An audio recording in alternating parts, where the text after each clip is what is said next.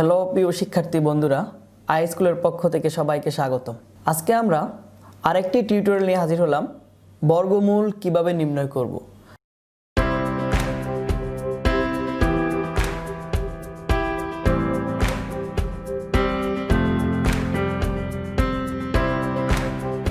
সাধারণত আমরা বর্গমূলগুলো সহজে নির্ণয় করতে পারি।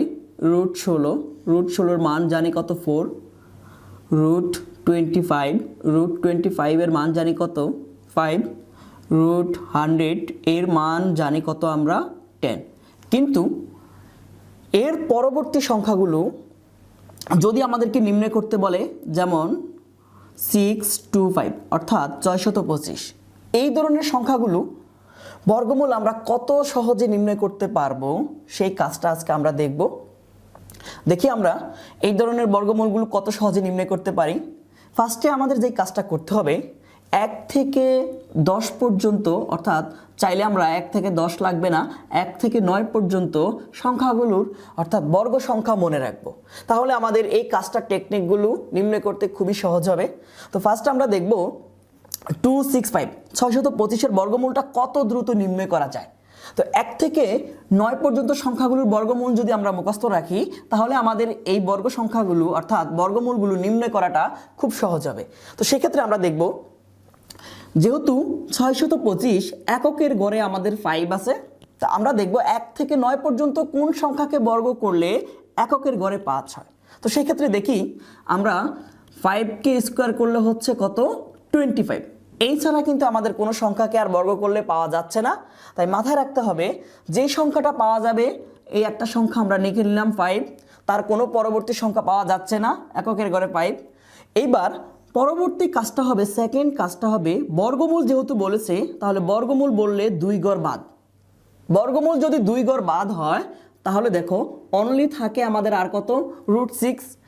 এখন এই √6 থেকে আমরা মানটা বের করব কিভাবে। √6 এর কাছাকাছি আমরা একটা পূর্ণ সংখ্যা নেব, সেটা হবে √4 এর মান কত 2। অ্যাকচুয়ালি আমাদের আনসারটা চলে আসছে 2। এই 2 এর সাথে 5 বসিয়ে দিলে কত হবে 25। তাহলে আমরা বলতে পারি 625 এর বর্গমূল হবে কত 25। অনুরূপভাবে তার থেকে একটু বড় ডিজিট আমরা একটু দেখে নেই কিভাবে নির্ণয় করব। দেখি আমরা 1024 এই সংখ্যাটাকে যদি আমরা নির্ণয় করি, তাহলে অনুরূপভাবে আগের মতোই এককের ঘরে কত আছে আমাদের 4। কোন সংখ্যাকে বর্গ করলে 4 হচ্ছে, 2কে স্কোয়ার করলে কত হচ্ছে 4, আর 8কে স্কোয়ার করলে হচ্ছে 64, তাও আমাদের এককের ঘরে কত থাকে 4। তাহলে সংখ্যা দুইটি আমাদের কত 2 এবং 8। এখন বর্গমূল হলো আমাদের 2 গড় বাদ, তাহলে বাকি থাকে আমাদের √10। এইবার আমাদের কাজ হবে √10 এর কাছাকাছি একটা পূর্ণ সংখ্যা নেওয়া। কত নেব আমরা √9। √10 এর কাছাকাছি যদি √9 নেই, তাহলে √9 এর মান কত হলো 3। √9 এর মান যদি 3 হয়, কিন্তু দেখো আগের কাজটা আমরা যেটা করেছি, একটা সংখ্যা পাওয়ার কারণে আমাদের 2 এর সাথে এসে বসে গেছে, কিন্তু এখানে আমাদের 2টা ডিজিট পাওয়া গেছে, একটা হলো 2 আর একটা হলো 8। মনে রাখবা, যদি 2টা সংখ্যা পাওয়া যায়, তাহলে যেই সংখ্যার পূর্ণ অর্থাৎ যার পূর্ণ সংখ্যা আমরা পেয়েছি সেটার পরবর্তী সংখ্যা দ্বারা গুণ করব। তাহলে দেখো 3 এর পরবর্তী সংখ্যা দ্বারা যদি আমরা গুণ করি, তাহলে হচ্ছে কত 3 4 12, অর্থাৎ এই 3 এর পরবর্তী সংখ্যা দ্বারা গুণ করলে হচ্ছে 3 4 12। এইবার আনসার কিন্তু আমাদের 3 থাকবে, কিন্তু 3 এর সাথে 2 এবং 8 কোনটা বসবে সেটা সিলেক্ট করার জন্য আমাদের এই কাজটা করতে হয়েছে। 3 এর পরবর্তী সংখ্যা দ্বারা গুণ করলে কত পেয়েছি 12। এবার দেখো এখানে হচ্ছে √10 আর এখানে হচ্ছে কত 12 থেকে 10 এর মান যদি ছোট হয়, তাহলে এখানে হবে কোন মানটা ছোট মানটা 32। তাহলে এটাই আমাদের আনসার। এভাবে চাইলে প্রত্যেকটা সংখ্যা আমরা বর্গমূল নির্ণয় করতে পারি খুব সহজে। যেমন আরেকটি সংখ্যা আমরা নির্ণয় করে দেখি, অর্থাৎ 1369।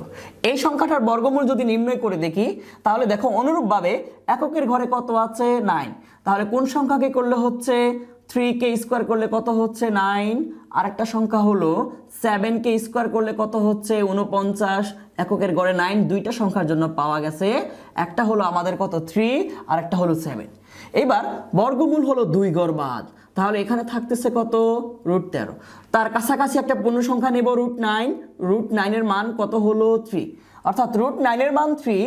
এবার সেম দেখো আগের মতো দুইটা ডিজিট আমাদের, তাই আমরা 3 এর পরবর্তী সংখ্যা দ্বারা যদি গুণ করি তাহলে 3 এর পরবর্তী সংখ্যা দ্বারা গুণ করলে কত হবে 3 4 কত 12।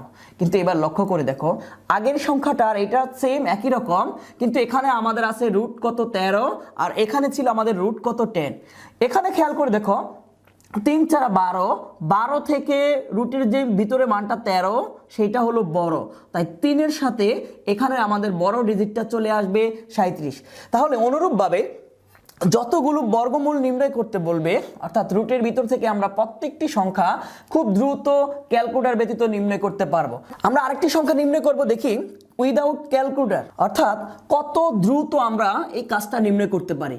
এককের ঘরে কত আছে আমাদের 4, তাহলে কোন সংখ্যাকে করলে পাচ্ছি 2 কে করলে পাচ্ছি কত 4, আরেকটা পাচ্ছি আমরা অর্থাৎ 8 কে করলে কত 64। তাহলে দেখো বর্গমূল হলো আমাদের কয় ঘর বাদ 2 ঘর, তাহলে বাকি থাকলো কত আমাদের √3।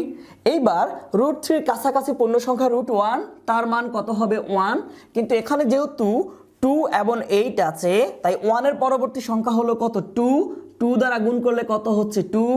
এইবার একের সাথে দেখো কত বসবে, এইবার √3 থেকে এখানে হলো 2, তাহলে দেখো এখানে হচ্ছে রুটের ভিতরে 3টা আমাদের বড়, তাই এখানে আমাদের বড় সংখ্যাটা চলে আসবে 18।